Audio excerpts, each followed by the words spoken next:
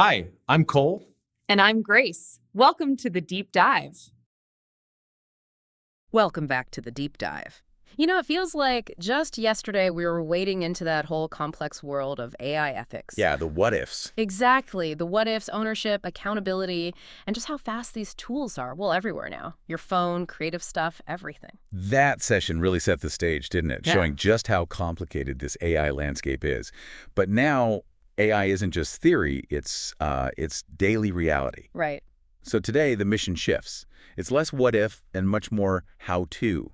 We want to give you practical, really actionable tips, ways to use these AI tools confidently, effectively, in your actual routine. Exactly. We want you, our listener, to feel empowered to bring AI into your work, your creativity, your personal life, but, and this is the key part, while keeping that ethical awareness, that accountability right there at the forefront. Think of this as your shortcut, not just to know about AI, but to really use it smartly, safely. And we've pulled together a really diverse stack of sources for this. We've got industry reports, academic papers digging into the tech, but also, crucially, real-world user stories, like stuff from Reddit forums. Oh, interesting. Yeah, so we're going to look at what these large language models, LLMs, actually are, how they do what they do, where they sometimes, stumble. Mistakes? Make mistakes, exactly. And maybe the most exciting bit, how people just like you are already using them to, well, change how they get things done. So yeah, let's dive right in. I love that. Okay, let's start right at the beginning. LLMs. We hear the names all the time, GPT, Llama, Gemini, Claude.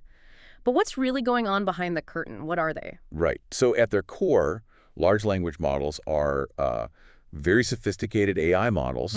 Think of them as incredibly powerful pattern spotters and word predictors. Okay. They've been trained on just colossal amounts of text data. We're talking trillions of words scraped from, well, pretty much everywhere online. Yeah. Books, articles, websites, chats, just vast amounts. And this huge exposure lets them understand, generate, and even manipulate language in ways that feel almost uncannily human. So it's not just memorizing then. It's learning the structure, the flow. Precisely. It's learning the patterns, the grammar, the context, the relationships between words.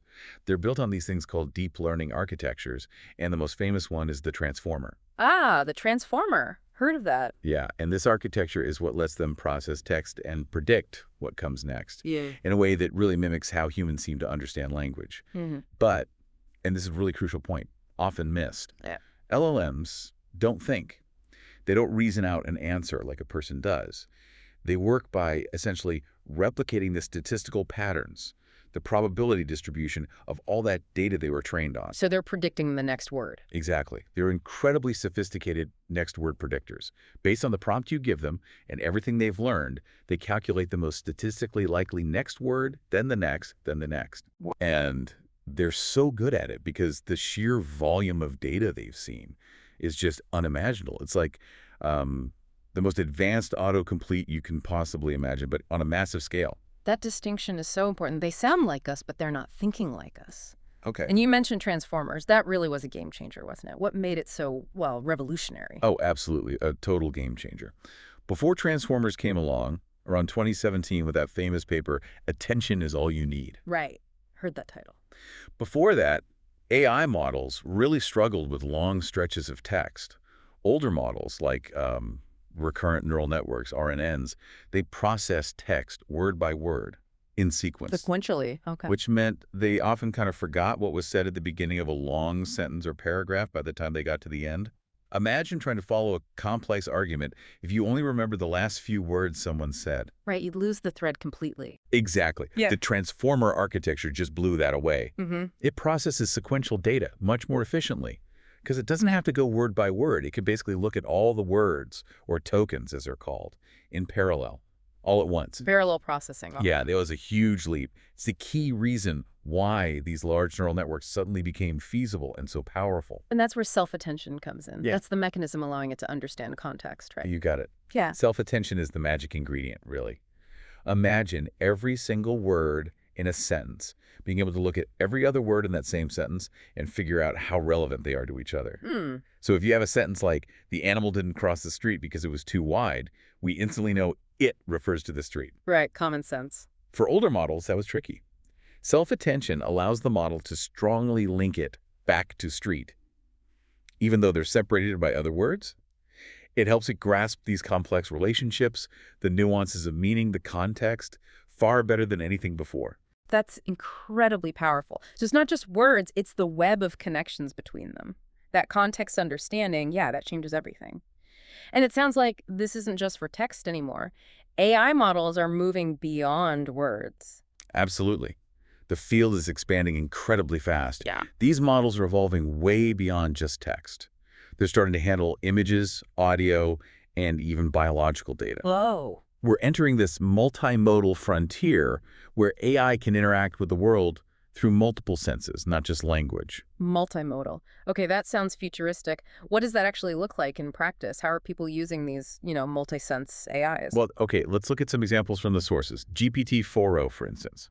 It's often highlighted as being best for general use multimodal tasks because it handles text plus image plus audio pretty seamlessly. So all three. Yeah. People are using it for things like diagnosing problems from screenshots. You can show it a picture of something broken, and it can try to figure out what's wrong by seeing it. Wow. Or it can act as a voice interactive assistant, enabling real-time multimodal interactions. You could be talking to it, show it an object or an image on your screen, and it understands both your voice and the visual information simultaneously. So I could literally show it my ailing houseplant and ask it what's wrong while describing the symptoms. Exactly like that. That's the kind of intuitive interaction we're moving towards. And it's not just GPT-4o. The Claude 3 models can also process both text and images, and Google's Gemini family was built from the ground up as multimodal models. Right. The ultimate goal here is what some call true multimodal intelligence. Think about fluid transitions between formats. Maybe describing a photo with real emotional nuance, and the AI gets the image and picks up on the feeling in your voice during the conversation. That's a whole other level of interaction, much more natural. It breaks down those barriers between data types. Okay, so that makes AI feel way more versatile. Which brings us right to the next big question. There's so many models now. Open source, closed source, different versions. How do you even begin to choose the right AI for what you need? Is it just about picking the biggest one? That's such a critical point. And no, it's definitely not about just picking the biggest or most hyped model. It's less about which is better overall and much more about which is better for you and your specific situation. Okay. And this choice, particularly between open source and closed source LLMs, it really impacts three main things: how fast you can innovate or customize it, the accessibility and cost, and really importantly, data security. Right. Those make sense. Let's break that down. Open source, what are the big advantages there? Seems like developers really love them. They do, and for good reason. The biggest draw is flexibility. You can customize and fine-tune the model to fit specific needs. Imagine tailoring an AI to understand the unique jargon of your industry or your company's internal knowledge base. That would be powerful. Because the code is open, it allows for rapid innovation. People can adapt the tech to new problems, integrate it with other systems, all without waiting for a big company, a vendor, to release an update. It's very collaborative. Community-driven. Exactly. Open source really benefits from crowdsourcing of information. Developers worldwide share their tweaks, their successes, and that collective effort pushes the technology forward much faster in some ways. And I've seen people on forums, maybe Reddit, like you mentioned, talking about running models at home using things like a llama. Is that part of this? Yes, absolutely. That's a perfect example. One user mentioned using a llama and play around with various models because there are no limits this way when I'm at home and not subscription cost. Avoiding the fees. Right. That highlights the accessibility and potential cost savings, especially for personal use or internal experiments. It's pretty amazing that you can run a fairly powerful, ready-made open source model on something like a MacBook Air. Really? On a laptop? Yeah, especially when you compare that to the almost inconceivable resources like 10 gigawatt hours of power and thousands of processors it takes to train one of these big models from scratch. Plus, some open source models, especially run through specialized providers like Grok or Fireworks AI, can be incredibly fast, high-speed throughput, and low latency. Really quick responses. Okay, that's really compelling. If you've got the tech skills or a very specific need, open source sounds fantastic. But what about the closed source ones, like from OpenAI, Google, Anthropic? What's their appeal if open source is so flexible? Closed source models definitely have their place. They often represent sophisticated solutions developed with significant resources. These big companies pour billions into R&D, Right. So they can offer cutting-edge performance or specific functionalities that might not be available yet in open source options. For many users, they are often perceived as more accurate or reliable straight out of the box. Any examples of that accuracy? Sure. Our sources mentioned GPT-4o Mini got 86% of the math riddles right, which is pretty good for tricky word problems. Yeah. And in another benchmark, it showed the highest accuracy, 72%, and precision, 89%, for sorting customer support tickets. Plus, these models usually come with support, regular updates from the company, which offers a certain level of convenience and dependability. Okay, but what about cost? You said open source could be cheaper, but closed source can be affordable too. How does that work? Yeah, it's a bit nuanced. It really depends on how you're using it. If you're using the API, basically, paying to send requests to the model, closed source can actually be much more affordable, Yeah. especially for certain tasks or volumes. Like if you're making lots of small requests. Exactly. For instance, GPT-4o Mini is much more affordable at $1.15 per 1M input tokens and $1.06 per 1M output tokens. That's incredibly cheap. Generating a decent-sized report might cost pennies. So for high-volume tasks, the API costs for some closed-source models can be surprisingly low. So while open source gives you freedom, it usually requires the technical expertise to modify and maintain the models yourself. Closed source offers convenience, often top performance, less personal setup, but you are reliant on the vendor for updates, which can slow down innovation if you need something specific they haven't built yet. That makes total sense. It's a trade-off based on your resources, your skills, your exact needs. Okay, so you've weighed open versus closed. How do you then pick the specific model? There's so many variations, GPT-4, 4o, 4 Turbo, Mini. How do you match the model to the task? You're right. The menu is long. But choosing the right model depends on the application's needs. There are some general guidelines. If you need a good all-rounder, something for everyday chat, brainstorming, maybe some basic multimodal stuff. Yeah, the default choice. The GPT-4o is often the default model for many. It's flagged as best for general use, multimodal tasks, and it has a big memory, a 128K context window, so it can handle pretty long conversations or documents without forgetting the beginning. 128K tokens. That sounds as a lot. Okay, what if you're dealing with really long stuff, like analyzing a massive report or a legal document where context is absolutely everything? For those long documents, high-context tasks, GPT-4 Turbo is often recommended. It also has that large 128K tokens context window. And if you need really high accuracy, detailed analysis, but want to keep costs down, GPT-4o Mini is ideal, reportedly leading in cost and performance for those specific high-accuracy, lower-cost scenarios. It's about finding that sweet spot. Okay. Now, I've also heard people talk about thinking models. What's that about? When would you need one of those? Yes, the thinking models. That's a really interesting area. Models like DeepSeek R1, which is open weights, or Google's experimental Gemini 2.0 flash thinking, and Anthropic's Claude models. They're kind of optimized for reasoning-heavy tasks. So like logic puzzles or complex problem solving? Exactly. They often emerge in the process of optimization on many math and kind of code problems that have verifiable solutions. They're trained specifically to be better at multi-step reasoning, complex logic. They're generally seen as superior for advanced reasoning. But there's a catch. The trade-off is often speed. They might be slower. You literally might have to wait a bit longer because they're thinking, or rather performing more complex computations that mimic thinking. For a simple question, it's overkill, but for tackling a really knotty problem, they could be the better choice. Got it. So more processing time for potentially better reasoning. What about the opposite, when speed is the absolute #1 priority? If you need answers fast, and maybe absolute top-tier accuracy isn't the main goal, models like Gemini 2.5 Flash are specifically cost-optimized and offer balanced performance. Claude 3 Haiku is another one explicitly optimized for speed. And, as we touched on, many open-source models can be a great option for faster generation with acceptable performance. Quick output, good enough quality. Makes sense. One last scenario. What if you need information that's happening right now? Like current events or facts that just changed? Because most LLMs have that knowledge cutoff, right? That's a key limitation of many standard models. Their knowledge is frozen at the time of training. But that's changing. Models like Gemini 2.5 Pro have access to real-time Google search. Live web access. Yep, giving it strong capabilities in current event tracking, fact-checking.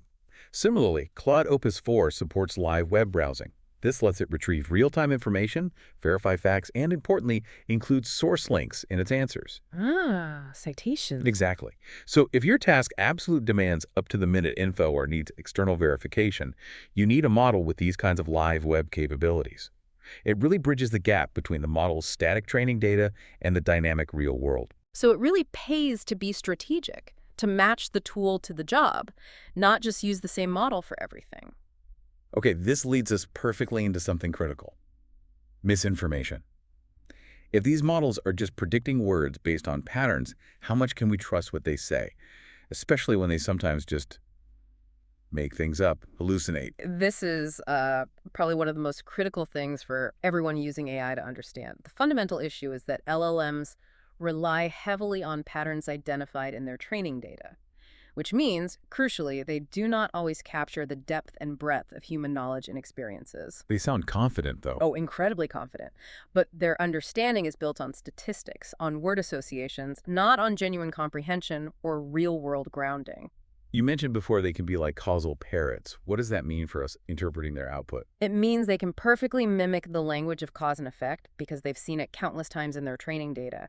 They might superficially replicate causal relationships. They can sound like they understand why A leads to B. But they don't actually get the why. Exactly. They lack the underlying causal mechanisms. They haven't learned physics or logic from first principles. They've learned how humans talk about physics and logic.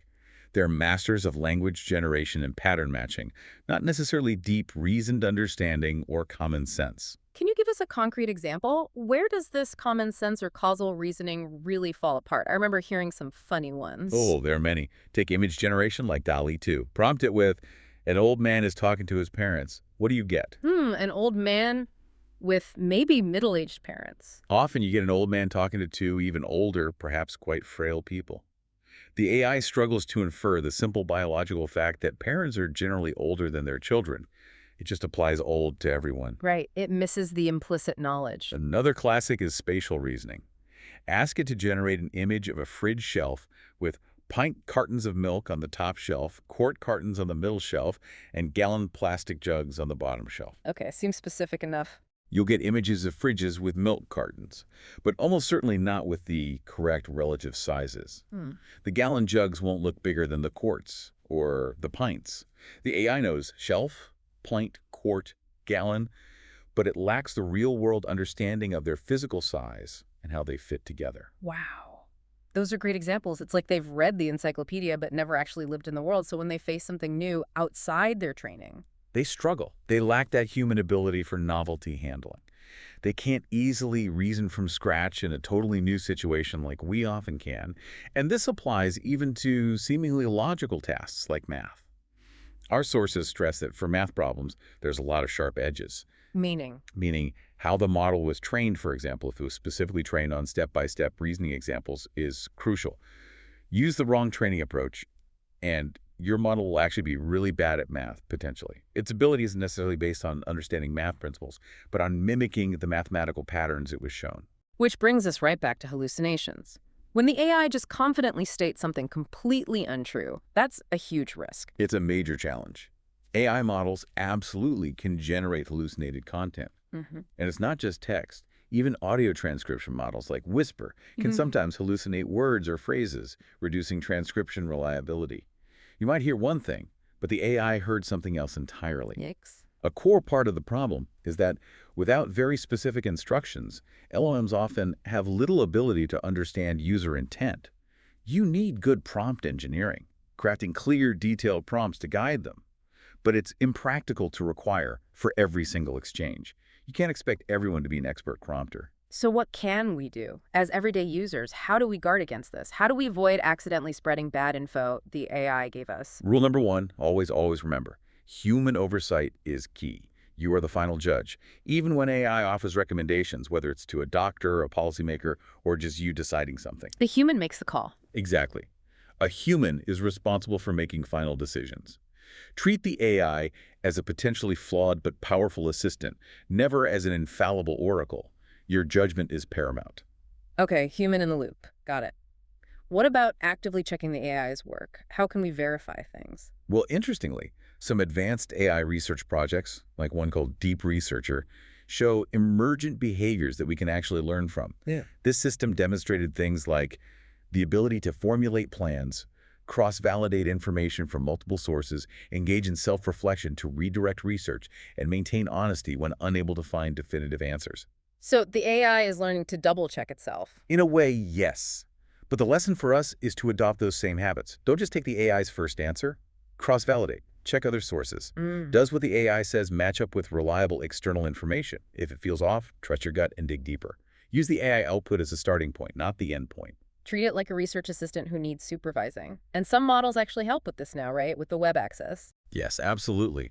Models like Gemini 2.5 Pro with its real-time Google search and Claude Opus 4 with its live web browsing are designed for this. They can retrieve real-time information, verify facts, and include source links. The source links are key. Huge. Use those features. Click the links. See where the information is coming from. It transforms the AI from just an answer machine into a more transparent, verifiable research tool. That's a much safer way to use it. And what if you're actually building something with AI or fine-tuning a model? How do you ensure its reliability before letting others use it? Great question. The best practice is clear. Don't expose it directly to clients or end users right away. First, run client queries through the model, showcasing the responses internally. Then, crucially, invite internal users to correct the answers. Get human feedback internally. Right. Collect that feedback, see where it's wrong or weird, and then execute another fine-tuning with this new data. It's an iterative loop. Human feedback, refine model, sort, test again. That continuous improvement cycle is vital for building reliable, trustworthy AI applications. Okay, solid advice for builders. Now, let's shift gears slightly to something maybe even more subtle and tricky than factual errors. Algorithmic bias. How does bias get into these AI models, and what does that mean when we're trying to use AI responsibly day to day? Bias is a really deep, pervasive issue, and it fundamentally stems from the data AI learns from. LLMs are trained on vast data sets collected from the internet, and the internet, well, Reflects us, warts and all. precisely. It inherently contains biases present in human-generated content. Historical biases, cultural stereotypes, prejudices, they're all baked into the text and images online. So the AI learns these patterns and can end up perpetuating or even amplifying these biases. So the AI isn't malicious, it's just learning the biases that already exist in society. Yeah. Holding up a mirror, maybe a distorted one. That's a good way to put it. Yeah. And it's not just the raw data. Think about the personality of an LLM, how it responds, its tone. A lot of that comes from a process called supervised fine-tuning, SFT, which is basically a human data curation task with lots of humans involved. These humans follow specific labeling instructions to rate or rewrite the AI's responses. So the model essentially becomes a simulation of a data labeler. If those labelers have biases or if the instructions themselves are biased, even unconsciously. Those biases get baked right into the AI's behavior. Exactly. It's a direct pipeline from human choices and data curation to the model's output. Can you give us some clear examples of where this shows up, maybe in ways people wouldn't immediately expect? Sure. One really interesting one highlighted in our courses is programming language bias. Studies show LLMs have a significant bias toward Python. Python, the coding language. Yeah.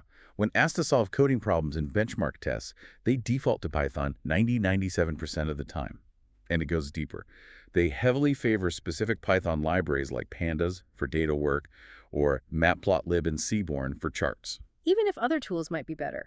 Even if newer library alternative, which might be faster or more efficient, like a library called Polders, are not used at all, the AI just defaults to what it saw most often in its training data, which was overwhelmingly Python and its most established libraries. Wow. So if you ask an AI for code, you're probably getting Python, whether it's the optimal choice or not. What are the risks of that kind of bias? Well, in a professional setting, it may mislead developers into making flawed decisions. Using a suboptimal library could compromise software reliability, security, and maintainability. This is especially worrying in critical applications, such as healthcare, finance, and autonomous systems. Imagine an AI recommending a less secure coding practice simply because it's more common in its biased training data. That could lead to severe safety risks or vulnerabilities. That's a serious consequence. And bias isn't just from the initial data, right? You mentioned something about over-optimization for proxy objectives during training. Sounds complicated. It sounds technical, but the idea is pretty straightforward. Reinforcement learning from human feedback, RLHF, is used to make models more helpful and harmless based on human preferences. But it's built around the fact that we do not have a universally good reward function for chatbots. We can't easily tell the AI be generally good. So we give it simpler goals. Exactly. We optimize for proxy objectives, things that are easy to measure, like how chatty the model is or how often it refuses harmful requests. But if you focus too much on making it, say, super chatty, it can severely harm the model on other tasks like mathematics or coding. Ah, so making it friendly might make it dumber at logic. Potentially, Oh. yes. It shows how even well-intentioned efforts to align AI with human preferences can introduce new biases if we're not careful about balancing different desirable traits. You might optimize for one thing and inadvertently break another. And there's even this concept of sycophancy, where the AI just tries to agree with you. Yeah, that's an active research area. The question is, if the person labeling the preference on the generations should be the same as the person who creates the prompt to avoid sycophancy. The worry is the model might learn to just flatter or agree with the feedback provider rather than providing objective or helpful responses. It highlights how subtle the feedback process is. Okay, so bias can creep in from the data, from the training process, even from the feedback.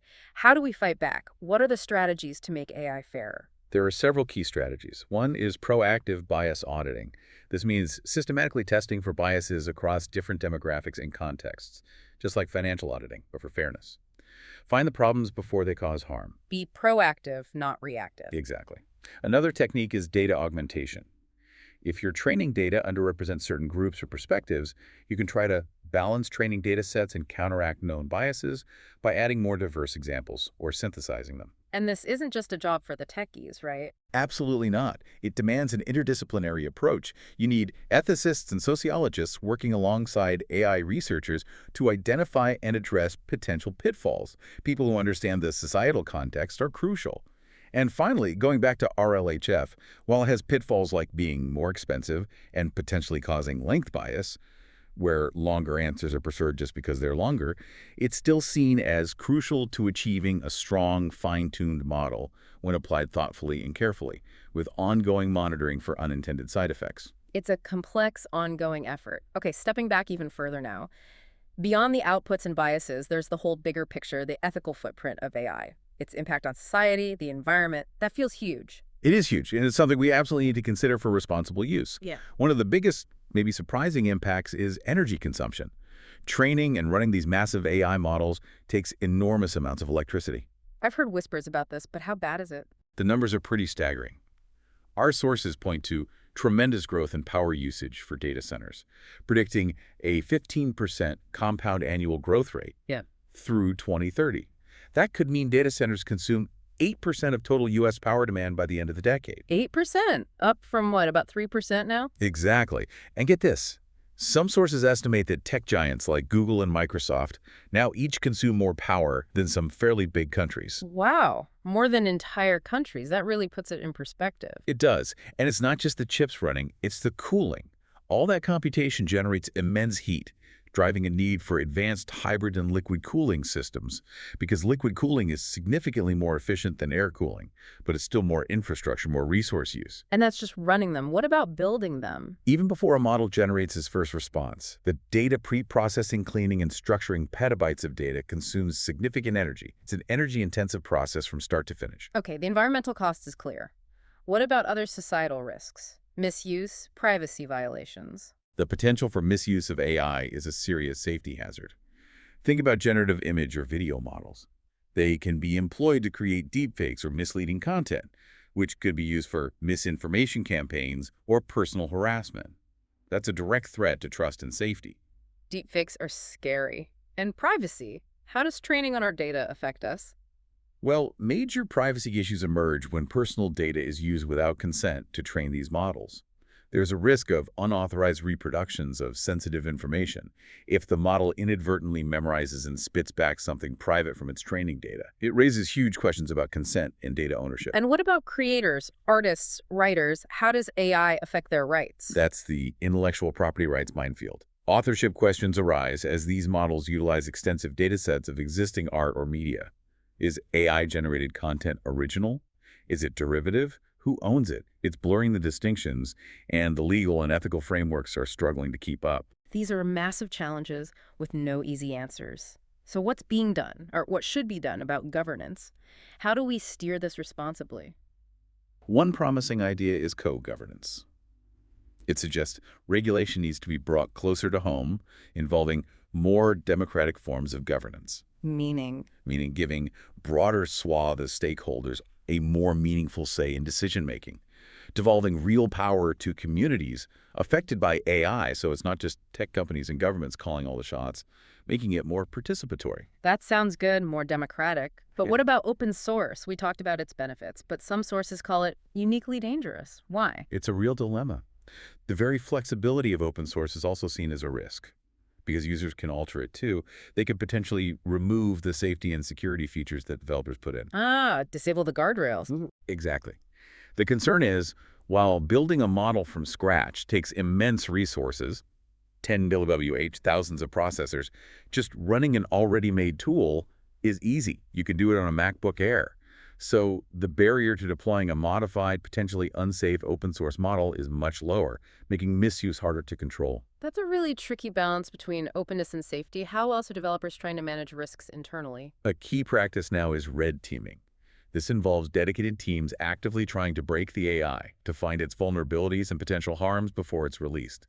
They probe it, stress test it, try to elicit dangerous outputs. It helps with the discovery of novel risks, testing mitigations, and ultimately enhancing public trust by showing a commitment to finding and fixing problems. Like ethical hacking, but for AI behavior. Sort of, yeah. And beyond these technical practices, there's a broader push for ethical frameworks. A call for governments and companies to implement human rights, rule of law, democracy, and ethical impact assessment and due diligence tools. Building ethics in from the start. Precisely. Making sure AI development considers human values and rights as a core requirement, not an optional extra. Okay, it's clear the ethical landscape is vast and complex.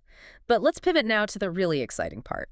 AI in action. How are people actually using AI right now, today, to make their lives better, more productive, more creative? Let's get practical. This is where it gets really tangible and, frankly, pretty cool. AI is popping up in places you might not expect, like the skilled trades, plumbers, electricians, landscapers. Really? How are they using AI? It's mostly behind the scenes, handling the admin burden. Things like quoting, scheduling, follow-ups, and paperwork. It automates the stuff that takes them away from the actual job site. So it's not AI laying pipes, it's AI handling the invoices. Exactly. It saves time and cuts clutter, letting pros focus on their craft, grit, presence, and professionalism, the human skills that matter. And adoption is surprisingly high. Over 70% of pros have tried AI, and almost 40% use it actively. Even tiny solo operators and two-person teams are using it just as much as bigger companies. Wow, that's democratizing efficiency. Totally. It helps a small shop feel twice as responsive by using AI for things like drafting website text or instantly replying to customer inquiries. It's amplifying their capacity. That's a fantastic example of AI augmenting, not replacing. What about healthcare? We know doctors are drowning in paperwork. Huge impact there too, especially with AI-assisted documentation. It's freeing up clinicians from clerical work. The numbers are stark. 90% of providers labeled enter physical exam findings as clerical work, and nearly three-quarters, 74%, chose to receive AI assistance for it. That's a lot of doctors wanting help with notes. Yeah, and for reviewing abnormal vital signs, 98% called it clerical, and 70% wanted AI help. By automating these tasks, AI lets medical professionals spend more time on patient care, diagnosis, human interaction. That directly improves care quality. Less typing, more healing. Makes sense. And for just general productivity, everyday tasks, what's out there? Lots of tools are integrating AI now. Task managers like Todoist can understand task inputs just like a human would.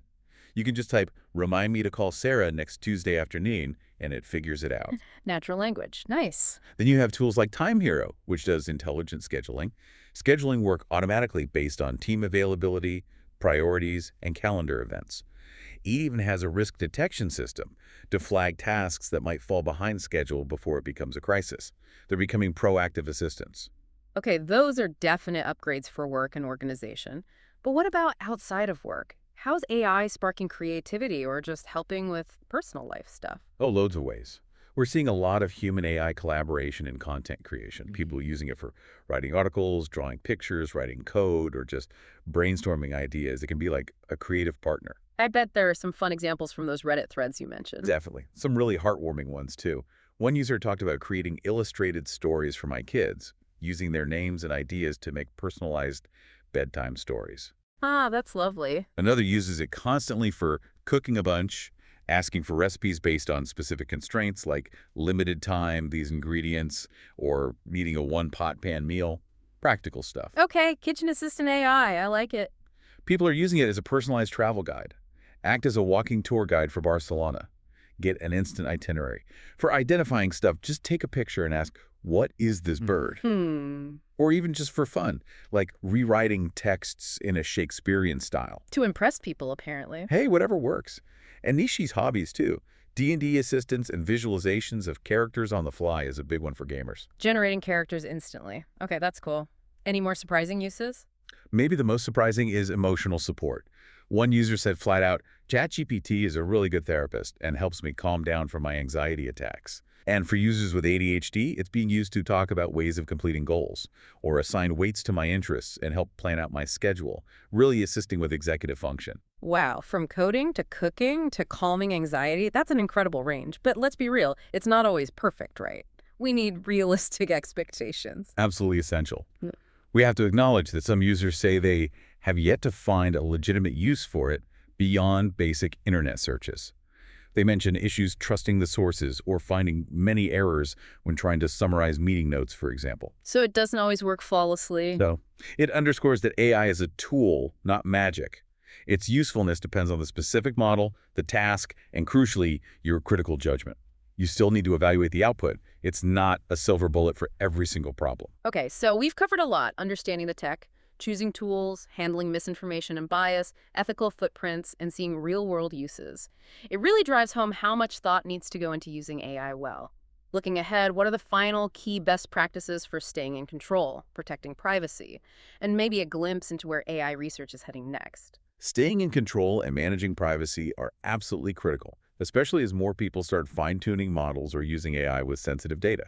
If you are fine-tuning, the sources emphasize that the real challenge lies in preparing the data, getting it in the right format, enriching data with context or system prompts. That careful data preparation is key to a good, reliable outcome. Garbage in, garbage out still applies. And for privacy specifically. If you're dealing with sensitive info, maybe for privacy-focused clients or just your own personal stuff, meticulous masking or anonymizing of sensitive data during fine-tuning is non-negotiable. Redact names, identifiers, maybe even use synthetic data techniques. And what about just using AI day-to-day? How can we protect privacy then? Running models locally is a great option. As we discussed, open source models via tools like Llama can run entirely on your own machine. Your data never leaves your device. While training your own big model might still need cloud GPUs, maybe an A6000 with 48 GB VRAM for around 80 cents per hour.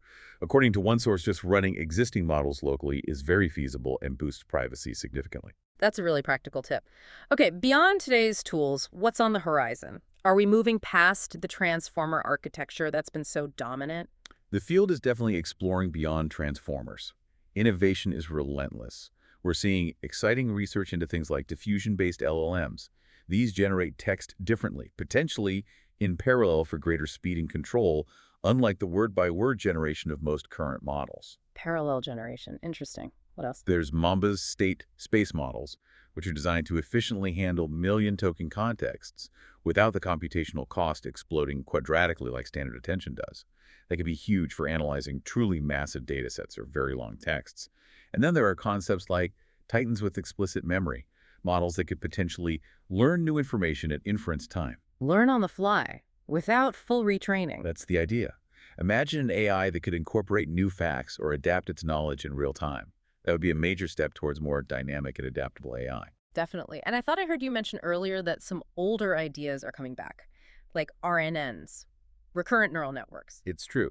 There are definite sparkles of interest for revisiting recurrent neural networks, RNNs.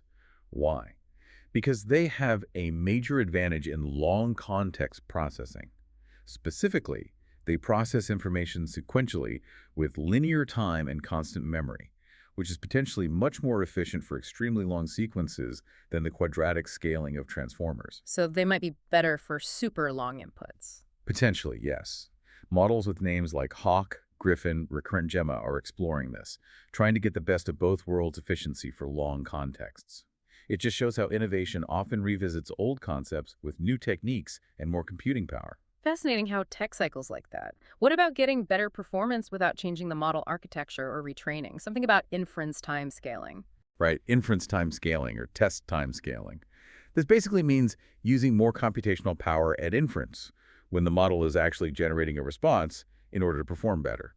You're essentially letting the model think harder or longer on a specific query, which can boost its accuracy or reasoning on demanding tasks without the massive cost of retraining the whole thing. More thinking time equals better answers, potentially. And looking really far ahead, the infrastructure, is it always going to be these giant, power-hungry data centers? That's the current reality. Training something like GPT-3 takes months with 1,000 V100 GPUs in a massive data center. But there's growing interest in eventually moving towards decentralized AI. Decentralized. Like blockchain. It's sort of analogous, yeah. The idea is to transcend from data centers and distribute the computational load across a network. This could potentially overcome limitations related to cost, energy concentration, access, and control. It's a longer-term vision for a more distributed, maybe more resilient AI ecosystem. So, with all this rapid change, constant evolution, what's the main takeaway for us, the everyday users, trying to navigate this? I think the biggest takeaway is simply that the AI field is moving incredibly fast. Continuous learning, staying curious about these tools, understanding their capabilities and their very real limitations is absolutely essential for using them effectively and responsibly. Keep learning. Exactly. This deep dive, we hope, gives you a strong foundation, a shortcut to being well-informed. But your own personal journey of exploring, thinking critically, and adapting as the tech changes, that's going to be paramount. The landscape will keep shifting, so staying engaged and curious is your best strategy. What an incredible journey today. We went from the nuts and bolts of LLMs and transformers to choosing the right tools, open versus closed source, navigating the minefields of misinformation and bias, thinking about the huge ethical and environmental footprint, and then seeing all these practical, exciting ways AI is already weaving into our daily lives. It really covers a lot of ground, and it shows AI is this incredibly powerful force, definitely here to stay. Hopefully this discussion empowers you, the listener, to engage with it confidently, leveraging the potential but always staying mindful of the limits and the broader societal impacts. So here's a final thought to leave you with. As these AI systems become more deeply integrated, moving from just tools to almost collaborators in our thinking and creating, how do we make sure that the truly human elements, our craft, our grit, our empathy, our judgment, our professionalism, how do we ensure those continue to be our most valuable contributions? How do we keep AI truly behind the scenes, amplifying us, enhancing our humanity, rather than replacing the essence of it? That's the question to ponder. Yeah. Definitely food for thought. Thanks for joining us on the Deep Dive. We'll see you next time. Thanks for listening. If you enjoyed this episode, please like, subscribe, and share. It really helps us grow. See you next time.